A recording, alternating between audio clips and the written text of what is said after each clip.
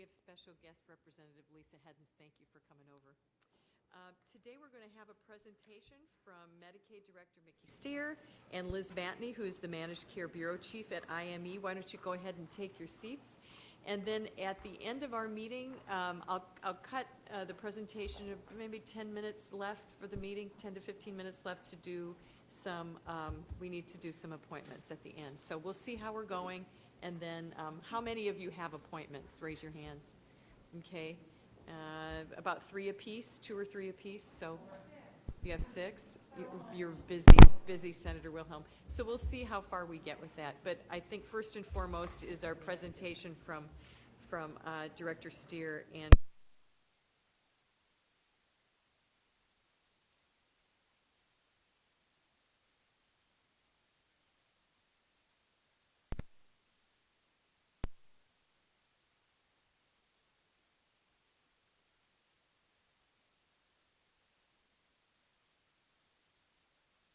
we are with our managed care transition, and I'm sure you'll have a lot of questions. A lot of constituents are still emailing us, and so we'll present some of those questions to you. So with that, would you like to start? First of all, I'd like to thank you all for inviting us to come back and talk to you, and also would like to request that Director Schultz join us. He is in charge of mental health and disability services and our case management. So if you wouldn't mind, I'd like to ask him to join me, please. If that is all right, is that okay with the rest of the committee? Yes? Okay, yes, absolutely. I'm sure that some of the questions you have, he'd be better able to kind of address those for us. So thank you very much for allowing me to do that. I do appreciate it. So, Senator, as you have asked, again, in terms of you'd ask us to look at IME staff and how we're monitoring contract compliance with the 3 MCOs, what data we will be collecting, how it will be monitored, what happens when the matrix are not met, and just going over that for this committee today. So you have a presentation that we have presented, and I will walk you through it and go from there. Managed care organizational compliance. Key resources of compliant requirements, their goal compliance, DHS contract compliant processes, and then we have remedies for compliance and performance related to those issues. Next slide. There are 4 primary sources of requirements that drive the MCO oversight. CMS, the federal government, Iowa administrative rule, the DHS contract that we have with the MCOs, and then the MCO's contracts that they have with their providers. Primary objectives are to ensure that members are safe and they receive necessary services, as well as providers receive timely payment, and the program is well managed and program goals are achieved as we have set forth in our RFP. Next slide. MCO performance data. DHS data reporting requirements are designed to assume that the MCOs can meet the federal, state, and contract requirements that we have outlined, CMS has outlined, and the state has outlined. The data is collected and reported on monthly, daily, quarterly, semi-annually, and annual basis. In addition, the data will be submitted by other entities. The primary one will be MCOs, and it will be analyzed by IME and our vendor staff. If you look, there's an appendix, and we'll go through that. It includes the DHS contract required MCO reporting matrix. It's a very lengthy document that you have. I'd point you to that right now. This is all of the reporting. Let me grab it for you. Looks like this document. It's really thick.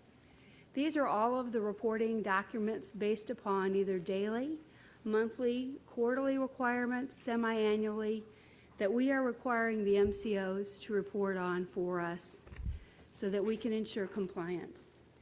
They are broken into large sections, such as consumer reporting, and I'll just go through your headers, overall program and how they are participating with the program. And that looks at like average length of stay, update on their care plans, and there's a whole litany, prior author in that as well. Just skimming through this for you. Program integrity is in here. Also on quality outcomes, so there's three major areas: consumers, our program, and our program integrity areas. There's approximately a whole litany of services that looks at the outcomes that we want to achieve in our matrix. And in addition, we will be utilizing dashboards for these reports to provide updates and analyze those performances and make them available to you and to the public. In terms of MCO program integrity, the MCOs are required to follow federal and state requirements for program integrity. The MCOs must coordinate their program integrity activities with the Department of Human Services and the Medicaid Fraud Control Unit and DIA as well. They must share information with the department, DIA, and other MCOs to leverage our program integrity initiatives. And as you know, IME has a very high history of high-quality program integrity for the department, and that is one of those goals for us. The MCOs must comply with all state and federal obligations for suspension of payment to providers, and the state will monitor the MCOs to validate these activities are occurring. Next slide. IME staff, there is a performance and monitoring process. As you know, in several of the other previous presentations, IME, we have a managed care bureau, and I did attach another organizational chart for you to review that will assist you. And the managed care division is here. It's pretty robust. It interfaces directly with the MCOs to gather information. Each one of our MCOs has an account manager. That account manager is spending time in the MCO's office more than once weekly, and now as we get closer to implementation, they're spending a majority of their time with our MCOs in their offices. They look at standardizing reporting manuals. They look at their routine reports, as well as any ad hoc reports we may want them to do. They analyze that report made by the MCOs. Key things we look at, it isn't just one thing to do a report, but did they turn it in on time, and is that report accurately reflecting the information that we need it to? They monitor contract performance through site visits, as I just talked about, data reporting, and information from DHS vendors, such as our program integrity vendor, our Maximus vendor. They look towards establishing standards, performance that is related to a benchmark that we have set, performances that are related to trends. The oversight responsibilities are also carried out by other key entities such as the Insurance Division and the Department of Inspections and Appeals. Next slide. Program integrity monitoring. Overall program integrity results, as I said, Iowa has been known for its results in our program integrity and our Medicaid fraud unit. We have a good partnership with Mafuku and the Department of Inspections and Appeals, and we want to continue and sustain those results and those patterns that we've had in the past in terms of also recouping and collecting payments. In addition, the Managed Care Bureau and the Division of Fiscal Management for the department will look at several other things when we're looking at monitoring the process of the MCOs. We'll look at rate cell alignment and reconciliation. And what that does, it is ensures we are paying the right cap payment for each of the members. So we want to make sure that those rate cells and how we're paying people are ensuring that occurs. We also look at enrollment trends, enrollment distribution across our cap rates. And this informs us about our fiscal projections for the program. Are we headed in the right way? What's the program telling us? What are those enrollment trends and the distribution across our caps? Next slide is utilization trends. Relative to projected degree of health management, there's an ongoing measure of efficiency. I mean, are we being efficient with this program? Are we managing this program in a most efficient way? And then we look at risk adjustment. There's a standard industry practice that takes into account the relative acuity of our members for the population, and we adjust the payments so that it is budget neutral, but addresses the issue of acuity on the members. And these are things that our Bureau of Managed Care, which Liz is the Bureau Chief, we'll be looking at and monitoring. There is a handout, so you can see it, that actually looks at our vendors. You have to flip back one. And you can see what our vendors do for us. And they have been doing this now and will continue to do it in the future. For example, Maximus, which we have talked about quite a bit, is the enrollment broker. They work with our members. They triage member complaints. They also work for provider enrollment, relationships, and training for providers. And they support managed care. One of the things we have done with Maximus is with the call centers and making sure there is consistency around the Iowa Medicaid call centers as well as the MCO call centers, so members get the questions that they need. And when we hear concerns or questions that are rising up through the community or through the legislators, we redraft our call center scripts and we push those out to all call centers so we can ensure consistency. Telegen is a contractor that we have right now and will continue to use for the initial level of care determination in our long-term population. They will also, once we determine the initial level of care for that individual, the MCOs can adjust and change those level of care, but the final approval of that adjustment comes back into Telegen to review that as well. And then we also audit the waiver services through the Telegen contract. Gould Health Systems, they manage the pharmacy side with our state staff, and they look at our manning the preferred drug list, and they monitor our drug rebates program. The program integrity vendor will monitor the encounter data along with our Bureau of Managed Care, and they monitor fraud, waste, and abuse. And then the Health Services Advisory Group is, we actually have an external quality review organization that will come in alongside us, and they will manage the external quality review and has a whole series of questions to manage those managed care organizations. The University of Iowa is partnered on us to look at things like reporting the HEDIS and the CHAP score measurements from the MCOs. And then TRAO is the implementation of the value-based score and the SIMS grant for the MCOs as well. So if you look, there is a chart that looks like this. It's a process chart that we have in place for us to monitor and manage. So the MCOs will begin by the whole litany of reports in this tablet that I showed you, all of these reports that they will bring in. IME, along with our IME vendors, will analyze those reports. We'll assess them for compliance, develop the dashboards and public reports. We will provide feedback to the MCOs for quality and continuous quality improvement, and then the cycle begins. And this is a national benchmark standard in terms of monitoring the compliance for our MCOs. The next slide is in terms of performance measures. You guys with me on your slides? Slide 10. I'm on slide 10. Okay. They're going to standardize routine reports will support the performance assessment. The performance will include, but are not limited to, are they late reports? Are those reports, like I said, not coming in timely for us, or they're not accurate?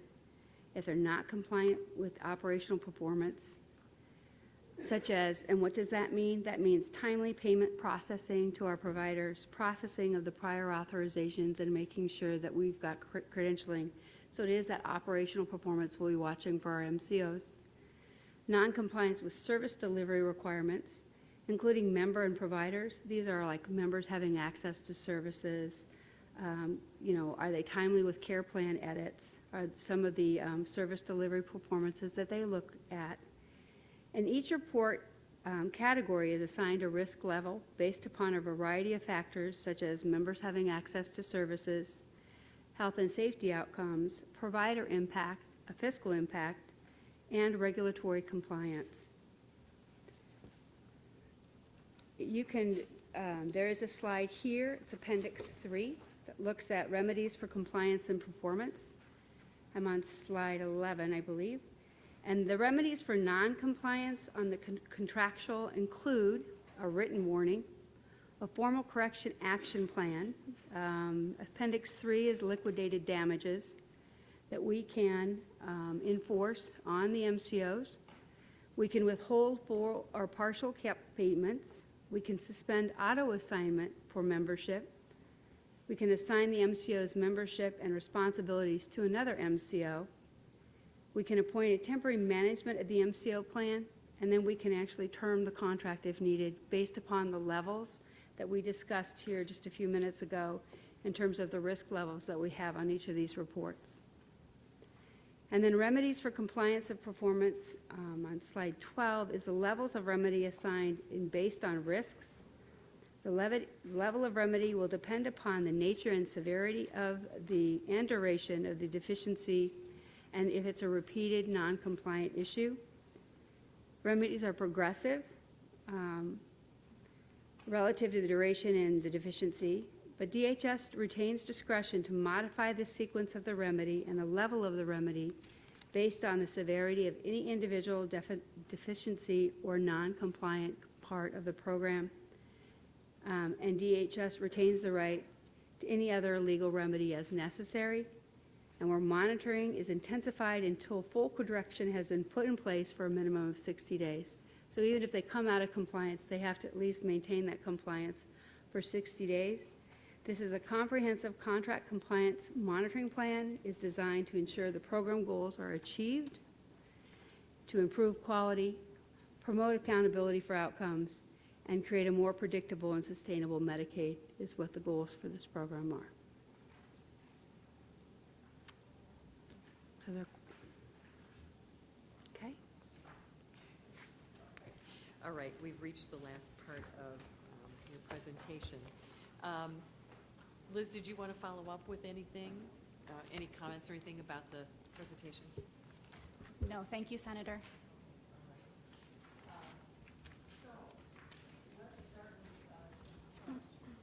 Thank you, Senator Reagan. Let's start with some questions. So this flow chart that you showed us at about midway through shows the table of organization, and I can remember back in November, you told us that these boxes right over here say MCO, member, provider, analyst, and there are 3 boxes, or 4 boxes there. Right. And then an MCO account manager on the other side. So these are for I think, taxpayers and all the legislators, these are, 8 very important positions that will be doing oversight and auditing and managing and then analyzing and reporting back to you on what they found, if there's compliance or, so how, tell us about the hiring of those positions. How far along are you? Will you have everybody in place and trained by April 1st? Actually, those positions have been in place since this fall. And what we have done to help, I'm very visual, but what we have done is, these are the account managers to the far right of this. It almost looks like an H, if you will. Over here, the provider analysts, they're in pairs with each other. Purposely, we have put them in pairs with each other, so they're teams. So each account manager has a program or analyst or provider analyst. When they get the data in, they work in tandem with that team. But each account manager is a primary, and Liz can speak to this more than I can since it's her division, but they also are an alternative to another MCO. So they may be assigned to AmeriHealth, but then they fill in for AmeriGroup. So we're cross-training a little bit to ensure that consistency. So they have been on board working with the MCOs since early this fall. So it's fully staffed. Is there anything you want to add to your TO? No, thank you. Like Mickey spoke of, we do have the member provider analysts that are assigned point to each MCO, so they are paired with that account manager to do the day-to-day operational report analysis. But then when you look at Appendix 1, the list, that long list of reports, each one of the member provider analysts will be responsible for looking at one report across MCOs, because we also want to ensure consistency of analysis across MCOs as well. For the training, all of the staff have been through comprehensive training for Iowa Medicaid programs, as well as some managed care training, and our consultant Navigant, who helped us with the readiness review, also came in and has done a number of trainings related to analysis, how to intake and triage data, what to do with it, how to follow up with it, how to absorb it. So That's all I have to add. So the last conversation that we had with CMS was about plan versus execution. And I'm sure they've talked to you repeatedly about that. The plan, the overall plan, this thick plan, and then driving it, executing it. So in the state of Iowa, we have a shortage of direct care workers right now. And we have all kinds of legislation around that talking about how we're going to find direct care workers. I mean, we're trying to recruit employees to the state. We're trying to retrain people within the state. How do you know that the plan that calls for some of the casework that we're talking about with the MCOs and actually finding people to do that work, or they're transferred from other places, how are you gauging that, and how are you able to know that those positions will be filled in order to take on 560,000 Medicaid beneficiaries come April 1st. Not all of them certainly will need caseworkers, but they will need nurses, and they will need doctors, and they'll need psychiatrists, and they'll need nurse practitioners. How do we know that our direct care supply here in the state of Iowa is adequately able to handle this transition? I'll defer case management to Rick, but we have been reporting with you on a network adequacy report with providers and contracts.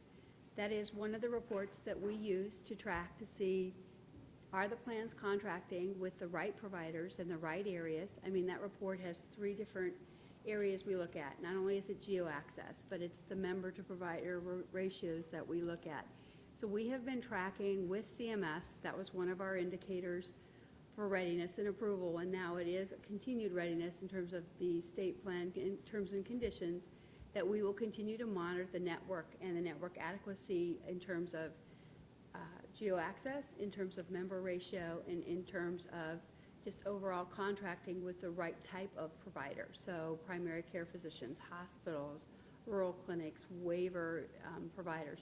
So that is an ongoing monitoring that we're doing to assure that we have the same network, if not even a more robust network than we did with fee-for-service. So that report we've brought here a couple of times, looking at and addressing those. And then from case management, I'll defer that to you.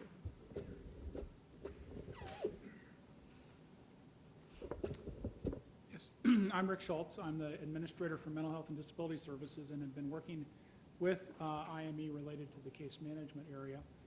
We can go into that a little bit deeper when you have time and when it's appropriate. I'll let me know that. But the case managers are in place right now with the agencies that are providing case management as we move into the 6-month transition period. And the 6-month transition period will allow individuals that have case managers to keep their case managers during that time period, and the MCOs will work with them and train them so they can work within the MCO. And during that 6-month time period, they will work on a transition. In some cases, some of the MCOs have already hired a sufficient number of individuals to provide case management services, and they're all ready for the 6-month time period. In other cases, MCO will continue to subcontract after 6 months. So at this point, we do not believe that there are going to be any shortages in terms of manpower for case management services, because we do see them in place and we see them moving forward. Can I add to that, please? Yes, please. We also, through the readiness review process, we're tracking on the MCO hiring and staffing related to, of course, clinical care coordination as well, that would be outside of the standard long-term services and supports case management. So as we are tracking that, we'll continue to track that as well, because it is a component of the special terms and conditions that CMS put forth with the approval of the 1915B.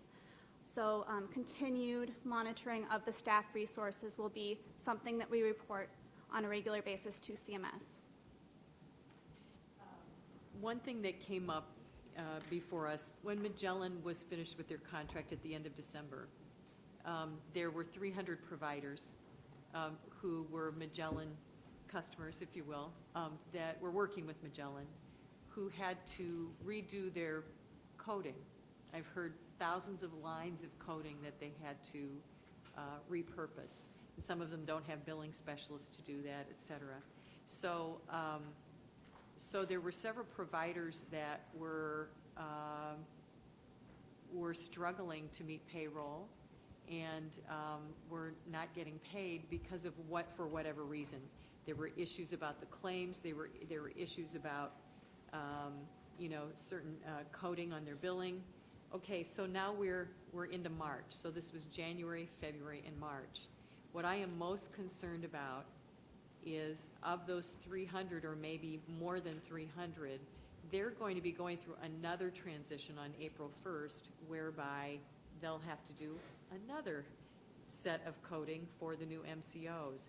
Is there a backup plan for these providers who are already coming up short, because of this first transition and are going to get hit with another whammy come April 1st? Has there been any discussion around what to do about those providers?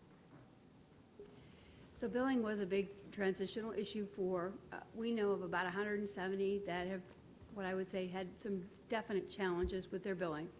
There's a couple things that we have done for them, as we have either done one-on-one billing with them, sat down with them, worked with them. In addition to that, we know who they are. We also have analyzed what those key areas of issue were, taxonomy codes, the form layout was different, even forgetting zip code placement was in a different place. So we identified what those 10, 15 issues were. We have sat down with the MCOs from a consistency standpoint and have heard, how do we make this, if possible, standardized and simple because of the transitions that we had seen with Magellan. There is an informational letter that will be coming out. For inpatient services, they will use the standard 1500 billing form, which is a national standard form. Outpatient, they're all going to be using what's called a UB. And then for the waiver services, they've all agreed to use the state's waiver form. So what we have done now is consistently across all of the 3 MCOs, we'll be using the same billing forms and have then now identified earlier, as I said, those issues where those providers were having problems. We have a meeting scheduled the first part of next week we met with a group of associations and providers yesterday, Director Palmer and myself, and listened to them to say, what are your greatest fears with billing? What are your concerns with billing? Help us identify those. We have done numerous statewide webinars and also going out to 11 cities I know of that the MCOs have gone out with us and done billing. They have offered to do one-on-one billing with those individuals. And then in addition to that, her testing, actually testing with the providers. Can they get a claim in? Can they get a claim out electronically?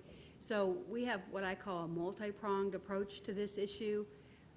Identified what we saw coming off the Magellan transition.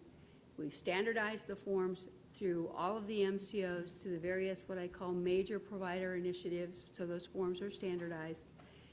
Did outreach in terms of not only training on webinars and going to the cities, offered to go to those providers and do one-on-one training, and then finally we've actually worked with the associations of both large and small organizations to say, what else do we need to do to make this as robust of a transition as we can and identify issues to help you transition smoothly?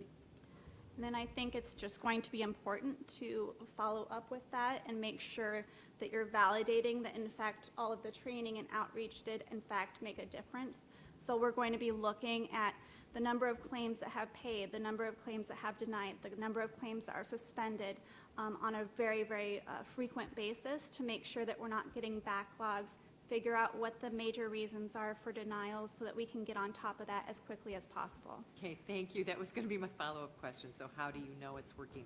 Okay, so we have Senator Johnson. Senator Johnson. Do you want it next? No, I was No. going to have the mic. No, I'm fine. Okay, thank you. Thank you, Madam Chair. Thank you for being here. I'm going to go back more than a year and just say that many of us believe that communication can be really improved. And I just want to say this at the very top. You know, it's unfair to the people we represent, to the people you are serving, to dump this on us and not have a chance to really review it before this meeting. I mean, I'd like to formulate some questions that really get into the meat of this, but I'm just saying, communication can be improved vastly. Okay, this was an administrative initiative, and I just feel like we're still trying to catch up with the communication that I believe that we deserve, and this isn't really about us at the table, it's about the people that need these services. I want to know, looking over this remedies for compliance, just take written warning, for example. Are we going to be informed on a regular basis, some kind of basis, that written warnings have gone out? I mean, legislators, is there going to be communication as to whether we have problems along the way? I mean, how are we going to do this? How are we going to know that there's some problems out there when they arise? Because I'm pretty sure that they will. Just take the written warning, for example. Are we going to be informed that an MCO has received a written warning? Okay, if you can't answer the question, I'm raising the question. Can you jump right from a written warning to terminating the contract? If it's that egregious? If it's something very egregious? Or do you have to go through this entire process, take up a lot of time? I'm sorry, I'll let you No, answer. it's okay. And first of all, I'd welcome anybody if you want me to sit down with you and spend some more I'm talking individual about time. the committee meeting here, excuse me. My apologies. I'm talking about, I don't want to, you're going to sit down with all of us here at the table? I mean, that's fine, but, I mean, we're here as a group. I'm glad you're here, and I hope it's not the last time we're here. But the next time, I don't want this landing on this table, without a chance to really review it and understand it. Maybe these questions have easy answers. I don't know. I could have asked that ahead of time. But now when you drop it on us like this, okay, let me ask this question. Is there a strategy in place if there is an MCO terminated? What's your strategy going to be? What happens then? So similar to what, Oh, yeah. not yours. And what happens to the beneficiaries? If an MCO has a contract terminated, what happens? We just experienced that termination of an MCO because, as you know, we had 4 MCOs to begin with. And what we did is we reassigned those members to the other MCOs. And we would do that same process in terms of if there is a termination in place, we would then implement what we just did when we did term one of the MCO contracts prior to implementation.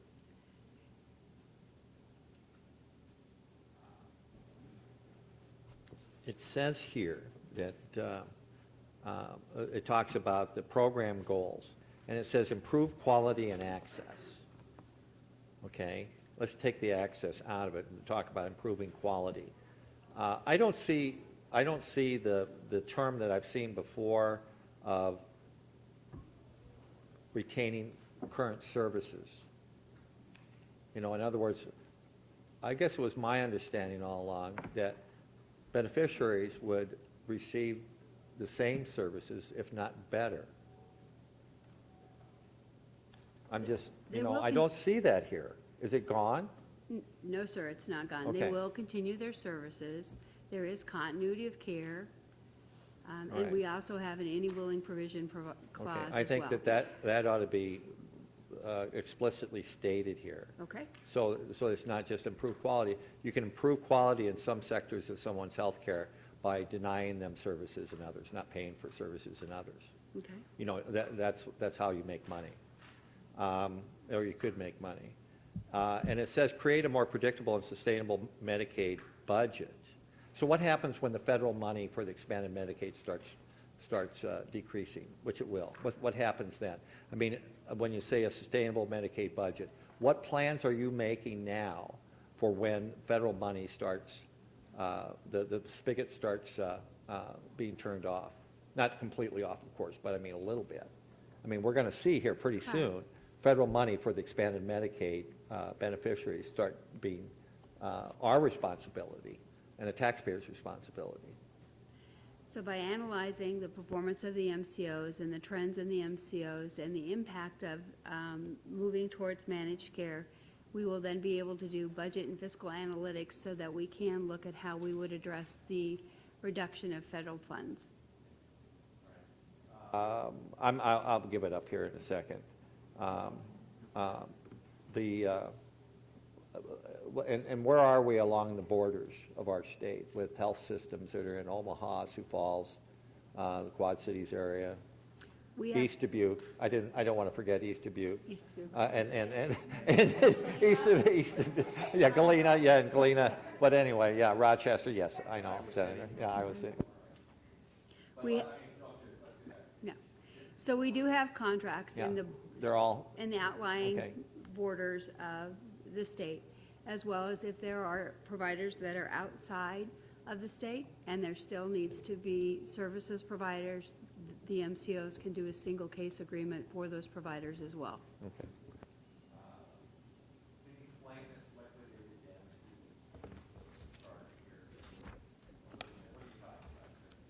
Go ahead and explain it. Liquidated damages are specific fines for a very specific breach in the contract. Well, then why aren't we calling them fines? Just, It's a legal term, but we Okay, could change all it right. to fines. Yeah, That, okay.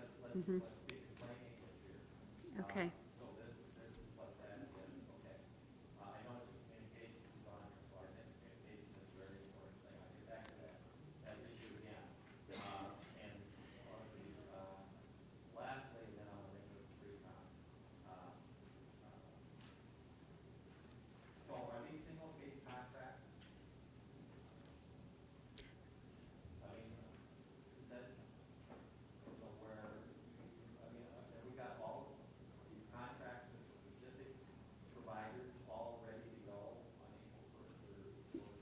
The providers do have contracts with the MCOs, and if you can recall, one of the requirements from CMS was that we had to demonstrate, and it is on our website, contracting, and it did not set a threshold, but we're well above the 75% threshold for all of the areas that we were required to, and we're closely approaching daily all the provider requirements that we need for this.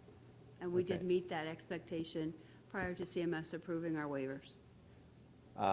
but for the beneficiaries, I mean, where are we with everybody out there? There's a lot of people. Are they, we're going to be still doing things after April 1st, I assume, with the beneficiaries. Are they all ready to go on You April 1st? mean the members?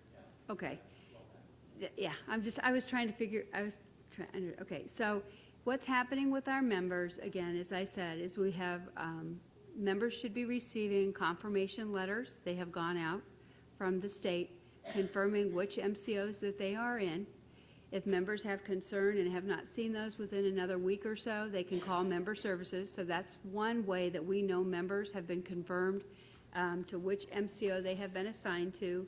Secondly, as of this week, the MCOs have started to print and send out enrollment and welcome packets with beneficiary cards. So the cards for all three of the MCOs are now being sent out. So those people should start to be seeing those within the next couple days, early part of next week. And again, I would say that if they have questions and current concerns, because sometimes they don't open their mail, or they're not sure what it is, they can call our member services. If they have a confirmation letter from us telling them that they're assigned to one of the MCOs, they can also call their member service line, and they can help walk them through any additional questions or issues that those individuals will have. All right, well, thank you. I'm just going to end with this comment that I've had a few things to say about this. I have some concerns about this transition.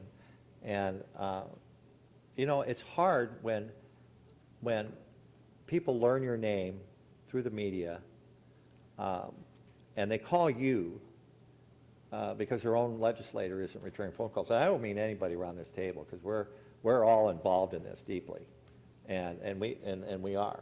But I'm just saying that, you know, and it just makes me nervous about what's happening here when they need some answers, and they come, and I'll try to work, you know, I don't care if they're constituent or not. These people that call me are just very emotional. They might be caring for someone in their family with disabilities of some sort, but just encourage all of us to continue to listen, and that we continue to communicate here. I just, you know, if there's any takeaway, it's, I want this information well before a meeting. Thank you very much. Thank you, Senator. Senator Reagan. So 11 days out, and they're just going to get their cards. We've asked for a list of providers. I've not received it. Maybe some of the other senators at the table have received it, but just a list of providers. That's not HIPAA. I mean, just who's, you know, who's in which group. We're still waiting on that.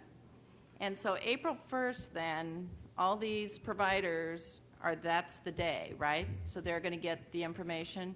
So if they don't know, and you prefer to use member as opposed to beneficiary, so the member would get, so I'm company X, and I get that information on April 1st. So what if they have transportation needs? How will they know which transportation group to utilize? Because there's 3 different transportation, is my understanding, right? So we've been working with the MCOs, to your point, on transportation. Each one of the MCOs have transportation companies. We have been sending the MCOs, our members who have transportation needs, and they have been working to outreach to those MCOs and their transportation companies to make sure that transportation is in place for those members. The end of February, what's called an enrollment file of all our members assigned of all of the MCOs went to all of the MCOs. We've been then sending additional files and testing files between the state and the MCOs, transportation being one of those. So we're ensuring that there are appointments for transportation prior to the April 1 date. My question is so let's say I'm the member that needs services, and let's say it's a nursing home, gets me on April 1st, and they need to arrange transportation for that day to have it covered. Sometimes it takes 2 to 3 days to line up transportation. How are they going to know? The provider, how would they know if the transportation? Who's the transportation company to go to? I believe we've been communicating that to the providers, but I will go back. So the and verify providers that. know They would know. now They who's going to should. be in? Okay. We've been sending out informational letters, a whole series of informational letters, and Senator Reagan, I'll go back and confirm that we have sent out a transportation letter letting them know who the vendors are. If not, we will ensure that I'm not talking happens. about the vendors. I'm asking Right. that if I am the member that is needing that service, how is the facility that, or the case manager that needs to set that up, how are they going to know on April 1st what that is until April 1st? So let me clarify. If I need a service. Let me clarify what I said. So we send out provider informational letters. Those letters could outline AmeriGroup uses XYZ vendor all the way down. So we would send those out. In addition, case management, we've been working very carefully with the case management agencies and those members with case managers to make sure that there is that transition prior to April 1. So between the informational letter letting the providers know who the transportation agencies are for those MCOs, for their members, as well as the work we're doing with case management right now, as well as the work we're doing with the MCOs to outreach to members we know that need transportation, we're hoping that this strategy does in fact assist us with ensuring that the transportation needs are met. So then we have a dashboard that we've been talking about for some time. When will that be up then, since we're starting April 1st and we were going to start January 1st? So is the dashboard ready to rock and roll now? We have it. So it's going to be up April 1st, right? It will be ready by April 1. Okay, so that will start generating information immediately if we go As- to it. If you look at this, look at The this report, matrix. the- Yeah, it'll show all you, that there stuff. are monthly reports, quarterly reports. Some of those reports, we will move probably quicker. We're going to want to know things like how quickly claims are being paid, Sure. how often prior auths are being done, and the turnaround. There are things that we're going to want to know real time and react to those. Similar to what, how we worked just to make sure that those transitions are occurring. We're not going to wait to a month. We're probably going to move these up to say, we want to know what is happening in the first week or 2 weeks, just because we want to be aware of that, how that transition's going. So we're not going to wait a month for those reports. We'll probably move those up very quickly. On page 5, I don't see long-term care ombudsman on there as a list of who you're communicating with. You've got MCOs and DIA and DHS. The information, the program integrity, will you be doing that with the long-term care ombudsman then? The program integrity? We would talk to the long-term care ombudsman's office if there was issues with members getting access or needing services. And we would then, one of the state's terms and conditions is that the ombudsman's office, long-term ombudsman's office, is Yep. to send us a report so that we can actually look at those and see what they're finding in some of their issues, yes. So the MCOs really don't have to share information with them until there's a problem? Okay. So services are going to be continued that they have now. We've had one group that has said that one of the MCOs is not going to cover incontinence services. Is that, how does that relate to services that already are covered? Those services are covered, and that what we do when we hear things like that is that we go out to that MCO and ensure that they understand clearly that those services need to be continued and covered. Okay. So you're saying that they would be covered, that for Yes. all 3 MCOs? Yes. Okay. On the timeline that Senator Johnson was talking about, you get, I think it's on page 11. What happens to the beneficiary, or, I'm sorry, member, It's okay. on that? While the written warning's happening and those kind of things, what happens to Jane Doe who's waiting for services? Is there something that, because these are things that go to the MCO, I realize that. Right. But again, the remedy. Does that go through the long-term care ombudsman? If there's a complaint? The complaints come in multiple ways. And that's different than Yeah. this, I understand that. Right, but complaints come in multiple ways. Complaints can come into our member services, they can come into the MCO's member service line, and they can go to the long-term services ombudsman's office.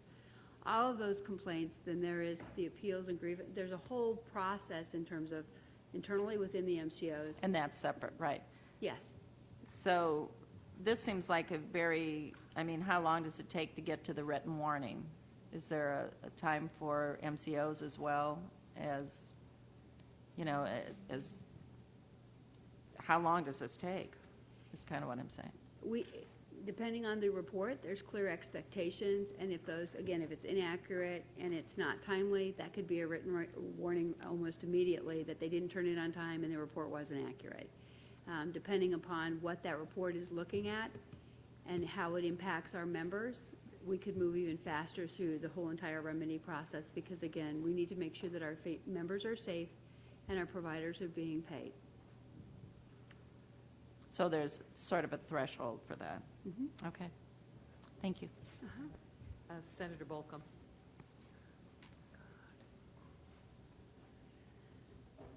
Thank you, Madam Chair. Not sure exactly where to start here. I share Senator Johnson's issue. I mean, this is really complicated, not always sure what to ask after we get a little bit of information. I would reinforce Senator Reagan's concern. We've asked for a list of providers that have signed contracts And we also have asked for the correspondence between CMS and the Department on case management readiness. And I'm wondering if we need to send a FOIA request for that, or whether we can get that provided to us. We have right now, go ahead, Rick. Depending on the committee's schedule and how you would like to proceed, I do have the material that we sent and a review of the status of case management. Okay, I guess we would like, Madam Chair, I hope that between now and the time we exit from and adjourn from the legislature, that we have some more opportunities to have meetings like this to get that information.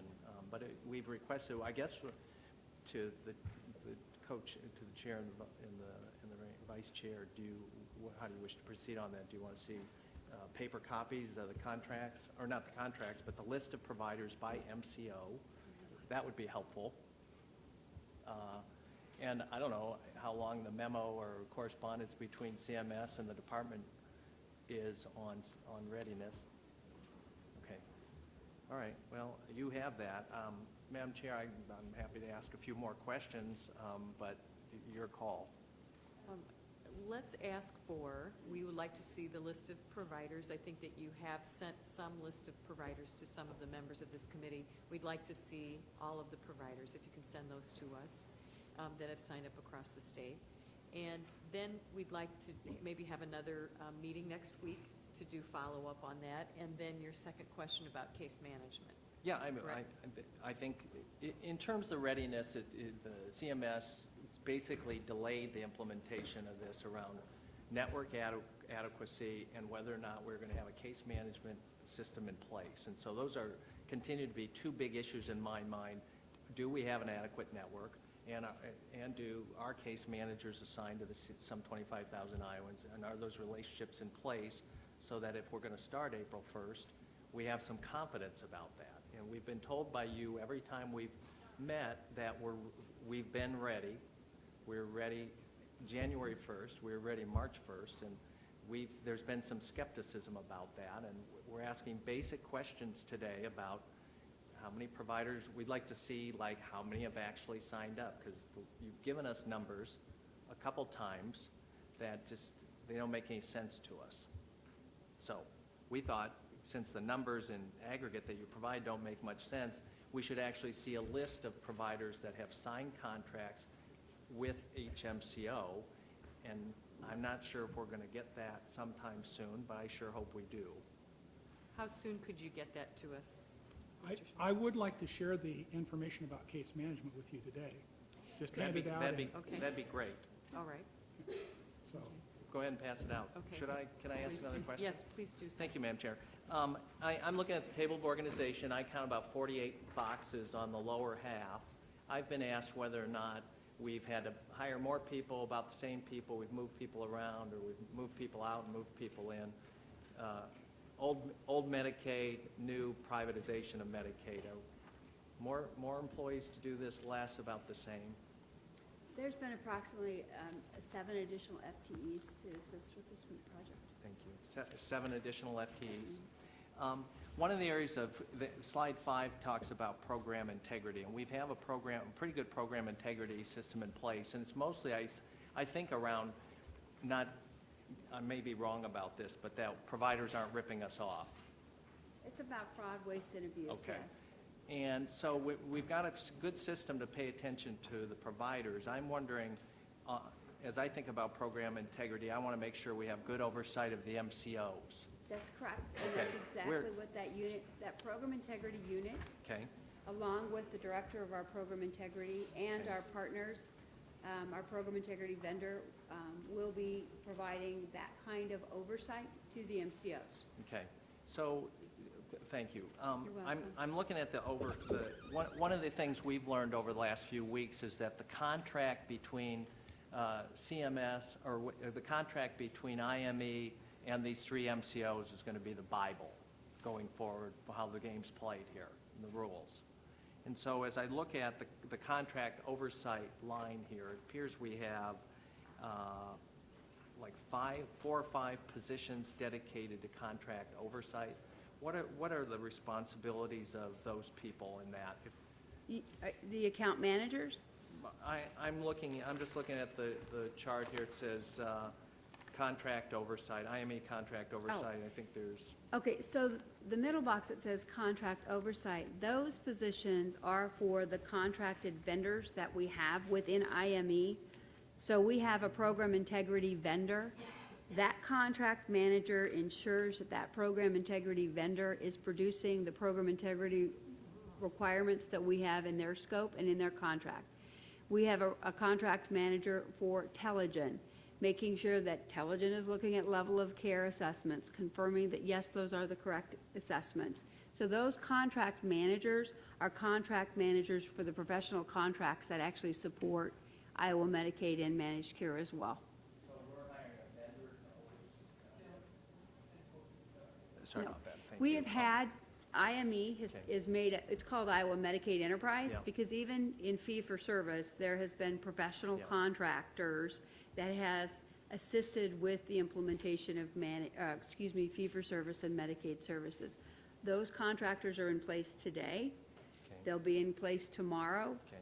and their roles will shift. Some of them, right now, for example, Maximus, because of our call centers, we have ramped up the Maximus contract.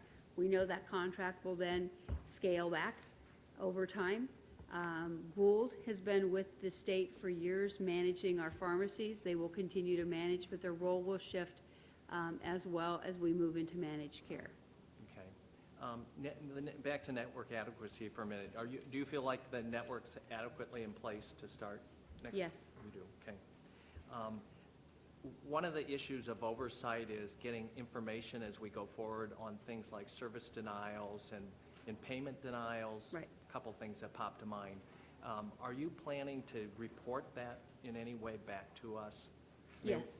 How is that going to happen? We will be we've got a dashboard that we will be putting in place, and then we will be sending it publicly and with the legislators. So you'll do that by company, I suppose? Yes. Okay. So will there be, and then Senator Johnson asked about this written warning stuff. Will there be a report card or anything done on the, I mean, there's a whole bunch of actions that you can take against an MCO if we're having issues with them complying with the contract. Right? How are you going to communicate that to us? I mean, are you going to do an annual report card on how many written notices for this MCO, or I could read the list, I won't, but there's going to be things that maybe you have to slap their hands or fine them. How is that going to be reported to us? Is that going to be a dashboard? Is that going to be a report to us? Because I think it's going to be like almost impossible for us to do adequate oversight on this without coming to some agreement about what it is you're going to provide for us, because I don't expect that the House Republicans are going to move that bill at this point. We will be working to provide a dashboard that talks about some of the things you've identified that would be reported to the legislators. Is it available now, the things that you're going to gather information on? Everything that we're gathering information on is in this matrix. My head hurts. Okay. I'd like maybe a list of the top 10 things, or, Yeah, and again, I mean, absolutely, we with can all do due that. respect, Mickey, I mean, this There are things- spreadsheet is really, really kind of, Right. So things hard that to are get very, through. very important right off the blocks that we really want to understand Okay. are yeah. you suspending, what's the suspension of claims? How long are claims being suspended to be paid? How quickly are you paying those claims that are clean for us? What are we looking at in terms of prior authorizations, and are they authorizing the prior auths that we need for services? You know, how are they answering their call centers? You know, is it timely calls? Are the calls being dropped? Do they have soft skills? Are they able to address? And we're doing that right now. We're secret shopping and doing those. We're going to move those in. Those are just a few of the ones that we know that are going to be critical. Looking at just level of care, and are they assessing those level of care? Are they maintaining those level of care? Are they transitioning and getting those members transitioned if they need? Those are just a few of over these reports that we will pull up into a dashboard and be providing to the public and to the legislature. Okay, final question. So we had all those WellCare auto-enrolled that had to be Reassigned. Reassigned. How did that go? the well-care people reassigned and? They're to all be- reassigned, and come they down should have a pretty quick? confirmation letter Yeah. telling them which their MCO is, and they should be receiving their benefit cards. Madam Chair, I have more, but I will stop. Thank you. Okay, all right.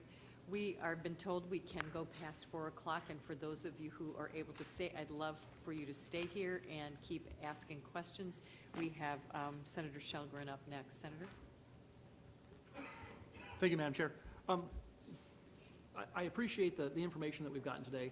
The way I read this is predominantly a monitoring, reporting, and compliance documentation. And to me, when I think about that, I think about kind of a static picture of what's going to happen between now and the time this is implemented. My questions are going to be a little bit different, which are going forward to make sure that we have an apples-to-apples comparison. So between now and April 1st, we have a certain goal to reach, but then to make sure that when we continue going forward, we're going to have an apples-to-apples comparison, nothing's going to change. So my questions come down to, you've defined on page 3, or you've stated that a primary objective is necessary services. And the question was asked earlier about incontinence and whether or not that was a necessary service. You said, yes, it is. So can we get a list of that static necessary service list of what is approved? And then with that, can we understand why it's a necessary service? Is it a federal? Is it decided by the state, i.e. by the legislature or by the department? Or is it something that's in the contract? I'd like to understand how it became a necessary service. And the reason for it isn't because I question whether it should be a necessary service. I want to make sure that 6 months from now, we have the same necessary services. And if those necessary services change for any reason, I would like us to be aware of it. And therefore, if something changes, I'm assuming you'll have to go before the Rules Review Committee, but you may not have to, and explain why these necessary services have changed. Whether it's a federal regulation, whether the department made a decision. I mean, with a complex contract like this, things will change. I just want to make sure that as we're requiring compliance over a period of time, that we're always comparing what should happen. And if we start going out of skew and the rules change, we may not notice it in a compliance report. But if we know that the rules have changed and why they've changed, that'll help. The other question comes down to the definition of timely payment. Timely payment for one of us, might be 15 days, but it could be net 90, it could be a year. I would like to understand what the definition of timely payment is. Those are the basic things I want to look at because, like I said, I am very much rooting for the department to be successful for the people of Iowa by the implementation of this. But I think it would be foolish of us not to look forward for the next year or 2 years to make sure that we haven't convoluted the system so much that we can't compare consistent timeframes to understand that we're being successful and moving in the right direction. So I guess that's my request on this part of it. I know time is an issue, so I'm going to go ahead and leave it at that, but that's my request that you can provide to the committee, that specific information of necessary services and timely payments and where those come from, and make sure if they change, we're aware of it. Thank you for those questions. We can certainly put together some type of matrix as far as what kind of services are authorized today, what we expect to be authorized tomorrow.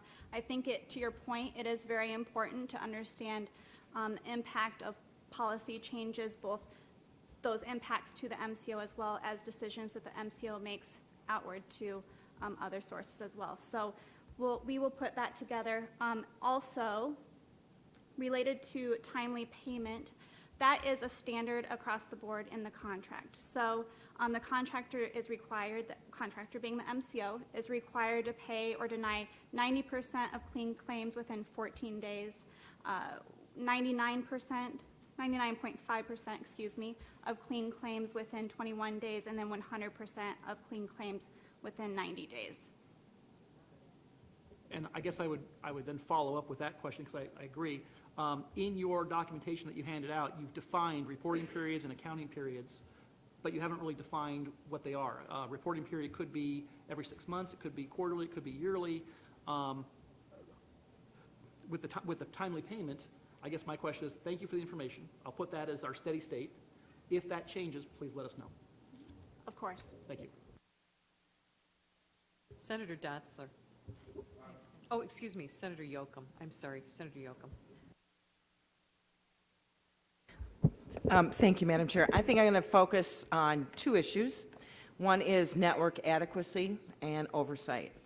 So let me begin with network adequacy.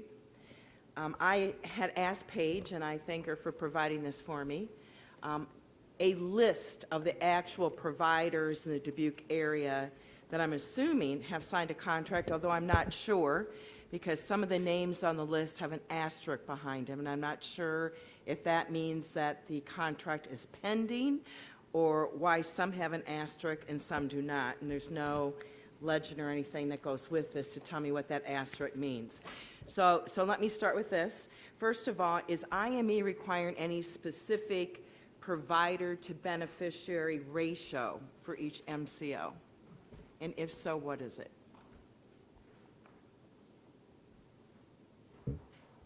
There's no specific requirement for member to provider ratios. We will be monitoring those ratios to, What do you think is an acceptable ratio? that is not, All right, let's do internal medicine. Internal medicine to beneficiary, what is a good ratio? Senator, what we've looked at is where we are today with our fee-for-service, and And what is that today? What is specific to the fee-for-service? ratio, fee-for-service, what we currently have in Medicaid, we look at, when we were looking at our Sure. maps and seeing where those are, that's what we have compared, but we don't have a specific member ratio even in Okay, fee-for-service today. all right, thank you. So let me just give you a little rundown, because I went through the list, and I only got through one of the MCOs in my community, and this is what I was able to ascertain from the list that I was provided. It's effective or updated as of March 15th. 4 family physicians, all 4 of them at Crescent Community Health Center. 1 pediatrician, no pharmacy on the list, no transportation on the list, 4 surgeons, 61 CDAC providers are listed as a provider that, of course, my child or any other child can't go to. That's a very different kind of provider. 9 social workers, 16 physical therapists, 19 hospitalists, all of them at Finley Hospital, which is a Unity Point facility, 1 psychologist, 3 psychiatrists, 11 mental health counselors, 4 chiropractors, 7 cardiologists, 1 neurologist, 8 nurse practitioners, 7 advanced registered nurse practitioners, 2 physician assistants, 2 OBGYNs, 2 emergency medical, 1 optometrist. No waiver services listed at all, at least for the one that I looked at. So here's my question. I'm getting a lot of emails, a lot of phone calls from people in my area. What advice should I tell them? What's your advice? I mean, this is certainly not an adequate provider network. For Dubuque, which is 7th, 8th largest city in the state, we are the retail and medical hub of that region of the state, and I have 4 family physicians signed at Crescent Community Health Center. That's it. Is that So what, anybody that is signed up with AmeriHealth, that is it. And most of the people I have been talking to in Dubuque have signed with AmeriHealth. Hills and Dales is listed on here, but not for waiver services. Not for waiver services. And they are area residential care, the only 2 with waiver services for children and adults with disabilities. They're it. Now, I also went through quickly, as some of them were talking about transportation, and I can tell you that Ameri Group has signed with a company called Logistics Care. Never heard of them. There's no address listed, it just says serving this area. And Unlimited Services, Inc., no address, just says serving this area. Non-emergent transportation. Then I looked at United Health, and they have non-emergency medical transportation with A1 taxi. That's it. Tell me what I should tell people. What's the advice I should give people on what they should do when in 2 weeks this goes live and this is the network so far in my region? I'm looking for some advice. I don't know what to tell people. I don't even know what to do. None of my child's providers have yet signed. Maybe they will in the next 14 days, but they aren't signed yet, at least not with AmeriHealth. And I haven't seen that Medical Associates or any of them have signed with Ameri Group or United Health as well. So I'm looking for help. I'm looking for help from the three of you on what I should tell people. I do know that the network is growing daily. I do know that they are adding providers on a daily basis, and we can continue to give you an updated list. But Nikki, all due respect, you told us this was ready on January 1. Then it was ready March 1. This is March 16th. In 2 weeks, we go live. This is it. Tell me what I should tell people. On April 1, they got to go see a doctor for their kiddo, or someone with cancer wrote to me, and none of their docs are on here. They don't know what to do with their cancer. The other, if their doctor hasn't signed up, there's also the availability with AmeriHealth to do single case agreements with that provider to get those services. Is there a reduction for out-of-network? There would be as of A April 1. 10% reduction Yes, in there the would be. reimbursement rate for out-of-network? If they don't sign. How many of the providers are willing to take a 10% reduction in their reimbursement rate when Iowa's reimbursement rate is right now one of the lowest in the country? Senator Yoakum, if the MCO does engage in a single case agreement, they don't have to pay at that 90% level. They can pay at 100% in network. Additionally, we have the continuity of care requirements in the contract to require the MCOs to allow the member and provider relationships to be maintained for at minimum 90 days, but for HCBS residential providers up to a year. We hear your concern, which is one of the reasons why we adopted a different provider network analysis strategy, which was taking in those member claims and looking at, starting April 1, what percentage of those members will have access to that provider type, their current provider type, after April 1. In most of the service areas, it's over 90% of the members. Okay, targeted case management, 3 listed, DHS. That's it. And I know there's 7 targeted case managers at the DHS targeted case management office in Dubuque. They're the only case managers listed on this list. On the handouts that we provided earlier, Yeah, I know, it doesn't jive with what Paige gave me earlier, but go ahead. well, that's the whole point of, as we've been looking at this every day. And in fact, I had to amend this today because new agreements came in. So as we've been monitoring this every day and updating it every day, not only are these case managers assigned, but they have made arrangements for them to go through training as well.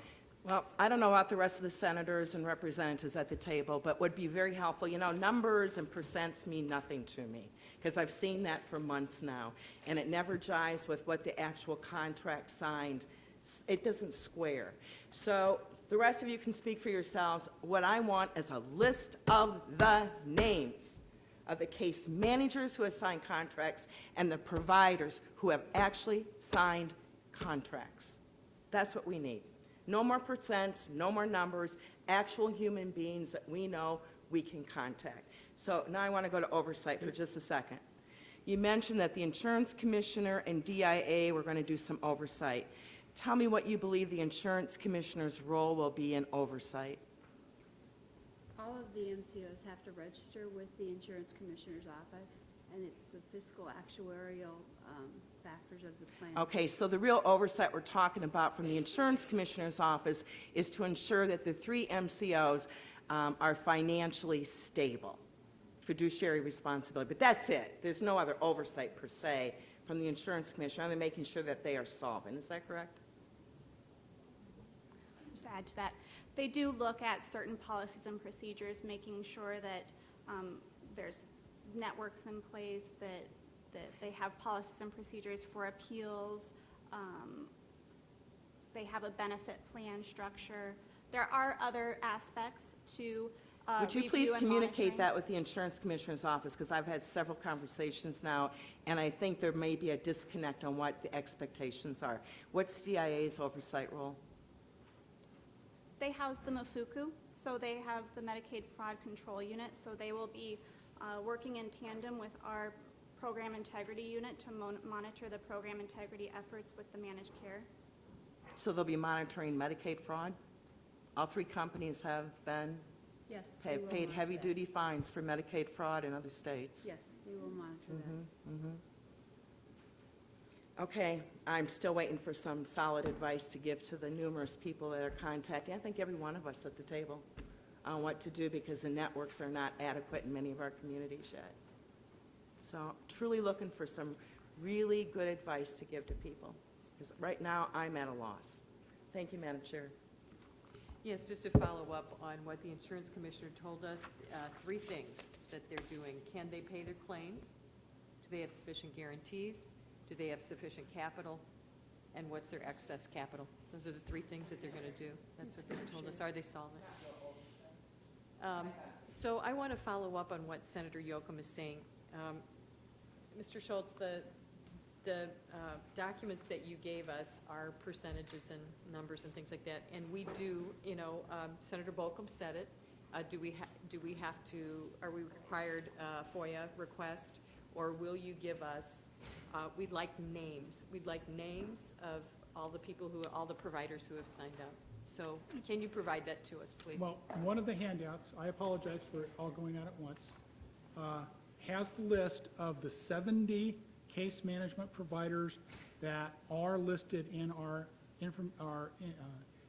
individualized information system, and whether or not each individual MCO has a contract with them, and if they don't. And so these are the case management agencies, and the X indicates whether there is a contract or not, and we do have a couple of agencies that are not have chosen not to contract, one that has chosen to provide services outside a contract but still have their case manager trained, and we have one that we're still working with to get a contract with. So this is the list from our Of information case system. management. Case management agencies. What we'd like is what you provided for Senator Yoakum for the state of Iowa. If you could do that, give it to us in a scanned digital form, and then we'll send it out to the rest of the committee members.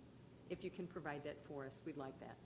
Okay, and clarification, for the case management agencies or all the providers? For all of All the Iowa. providers. That's what I thought. Exactly That's what I thought. what you provided to Senator Yoakum Okay. for the whole state of Iowa, not just Dubuque. So we'd like to see, all of us would like to see that for our areas. Senator Dotzler. Just quickly, when did this contract liquidated damages thing, when does that start? Are you keeping track of stuff now, or is it on April 1st, or when do you look at that?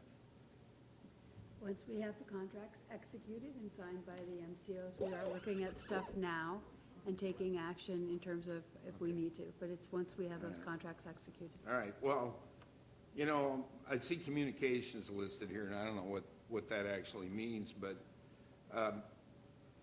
there's been a real failure in communicating with people who tried to sign up and, and spent half a day on the phone, got on a waiting list, got tired, got referred back to internet, things didn't work, they just, kept trying to sign up. I know basic human behavior, after you do something for a while, you get tired of doing it, because you don't succeed. Do we know how many of the 560,000 Iowans that are served under Medicaid are actually signed up with a program, or are they still stuck in limbo, not knowing where to go? Do we know how many people are out there ready to go on April Fool's Day? We know that they've all been assigned to plans. We know that we have sent out confirmation letters to them and that their benefit cards are going out. We have sent out numerous communications and mailings to them, to their providers, to assist them with understanding this transition. And that is what we do know at this point. Okay, so what I just heard from you, it sounds like everybody's ready to go, but yet when I hear from Senator Yoakum, and she's just one of 50 people in the Iowa Senate, so 1 out of 50 has got a problem where they don't know where they can get services for their child. So somewheres, in my view, there's a real disconnect about what people are saying and what's really happening. And my deepest fear is that people are going to need services on April 1st, and they don't know where to go. And we've been told we've been ready forever, but we're going to have real problems. And The other thing that members can do, sir, with all respect, is they also can call member services and either our call centers or the MCO's call centers, and they can assist them if they have questions regarding their providers. what, has that line improved since it was first set out there? I don't know, because I'm not on it, so I've never called personally, but I'll tell you, I've heard from plenty of people who spent the whole day trying to talk to people and they couldn't get in. And maybe that's changed in the last week or so, but that's where the real problem is. There's so much frustration out there and fear that when we talk to people, they actually break down and cry. And I'm feeling it right now. Because as Senator Yoakum says, what do I tell these people? And I said, well, I got this chart here and I got this, but it ain't working. There's a disconnect between services and what's going on in paperwork. And God help us on the month of April, because we're all going to hear about it. Thank you. Thank you, Senator. To be respectful to your schedules, I understand you have a meeting at 4:30. We'll try to get you out of here as quickly as we can, but we do have 3 more people who would like to get in a couple of questions. So we have Senator Allen. I'll be brief. Senator Dosser kind of tagged my question I wanted to ask. I would simply say, first off, thank you guys for helping me on the issues I've had in our district. We've had several issues that you have been very responsive to and got them taken care of. That being said, the things that have been answered at another time, please beat our expectations. I mean, I am scared of April 1st, dealing with the issues I'm dealing with now through the former Magellan, and then seeing what's going to happen on April 1st. I've got organizations out there that are struggling to make payroll now. If they get a hiccup on April 1st, they could not probably survive. So just, I guess, just beat our expectations, please, and thanks. Thank you. Senator Johnson. Thank you. Thank you for a second time. This, I thought about this, and we talk about nearly 40 states have gone to managed care in some measure. Not all of them have gone completely like we have. Not many of them have, really. My information, did Oklahoma move into managed care, do you know? I know that they were talking about it a couple of years ago. And here's why I ask. Not that it has anything to do with it. It probably has more to do with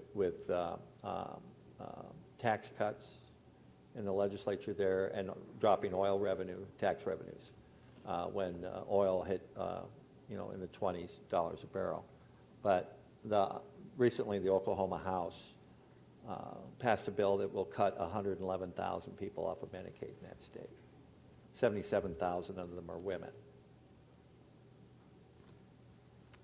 I believe with Medicare also facing some funding challenges in Washington and all of this going on that, I don't know that I want to be hopeful too.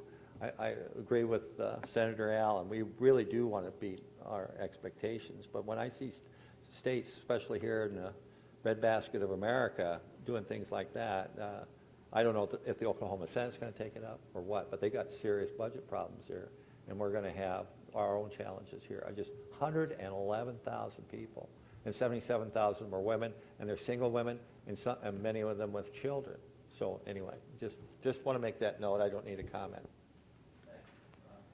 Thank you. Before we go to Senator Wilhelm, if you were wondering about the nominations, we're going to go ahead and move those to next week. So hang on to your folders and your names, and we'll do that. Senator Wilhelm. Thank you, Madam Chair. This will be very quick. Something that Senator Dosser mentioned, you said that of the 560,000 Iowans that are moving forward with this, that they've all been assigned. So what's the number of that you assigned versus the ones that made the decision themselves? They've been Yeah, assigned. I will get those numbers for you. I Okay. don't have those off the top of my head, but I will get those for you, ma'am. Because, and then another question, follow with that, then, when you assign them, how did you make that determination, not knowing maybe what the MCO, the providers were going to sign up to? That was in the area for them to utilize. How'd you make that decision? It's an algorithm similar to what we had used when we moved from the Iowa Cares program to the Iowa Health and Wellness Plan. Is an algorithm that does a distribution of the members. And there's approximately 60,000 members that have chosen an MCO. Those 60,000 chose and the other 500,000 you assigned? Tentatively assigned, yes, and then they can choose. Thank you, Madam Chair. Okay. I believe that ends our questioning for today, and so I appreciate you coming and giving the presentation that you gave.